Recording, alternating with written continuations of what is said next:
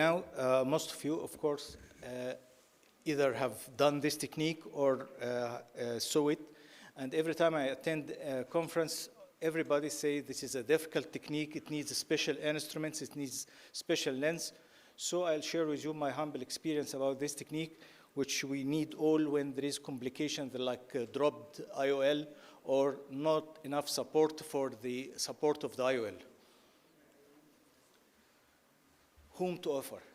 Whom to offer the Yamani technique? If there is an accidental loss of the capsular bag, if there is a patient who have been vitrectomized before, patient should be over 40 and has no rebuses and no active uveitis. What do you need to do this technique? You need a suitable 27 gauge needle. You have 3-piece IOL. Any 3-piece IOL can do. Use of AC maintainer. This is mandatory. If the globe is soft, you cannot do this technique.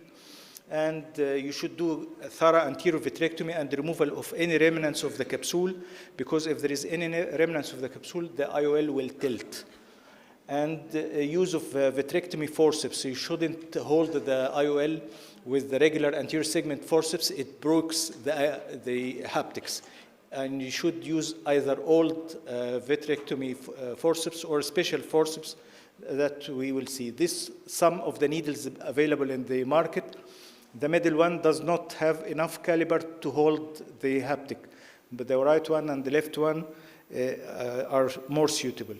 This is the forceps. It is present in a fancy American brands, and it is also present in Indian instruments. It's very cheap, or any vitrectomy forceps.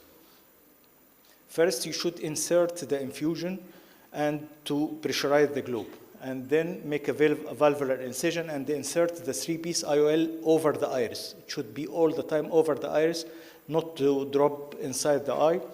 And you bend the needle and you enter with the needle 1 to 1.5 or to 2 millimeters from the limbus. And to use your dominant half, if I'm right-handed, I should use the right hand to insert the haptic inside the needle. And the direction of the haptics is like this. One from 6 to 12 and the other one from 12 to 6. Now we will share one of the operations. This is a whole complex dropped.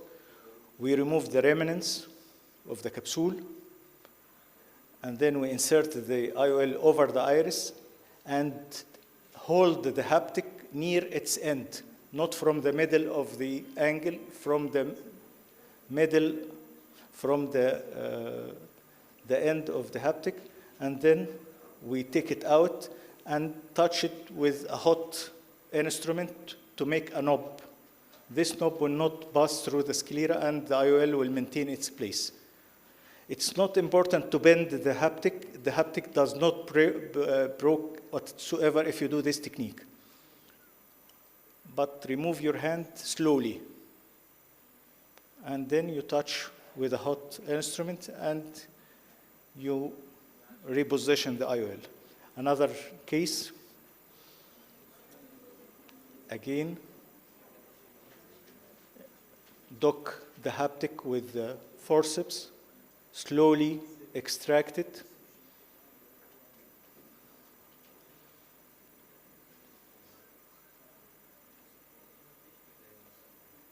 As you can see, I changed my hand. I now hold the needle with my left hand, and I use my right hand to insert the haptic inside the needle bevel. And then slowly I extract it. The point of entry of the needle should be exactly the same line from the right and the left to centralize the IOL. If you use not opposite points, you will find the IOL decentered. Another case.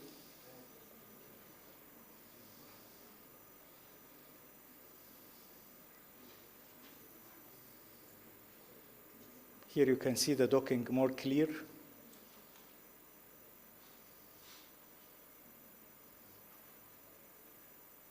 And then you just push the IOL inside,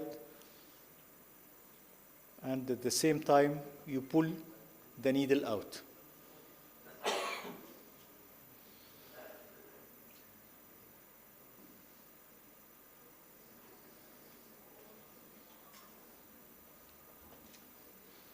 And I make a mark to make sure that the two insertions are just in front of each other.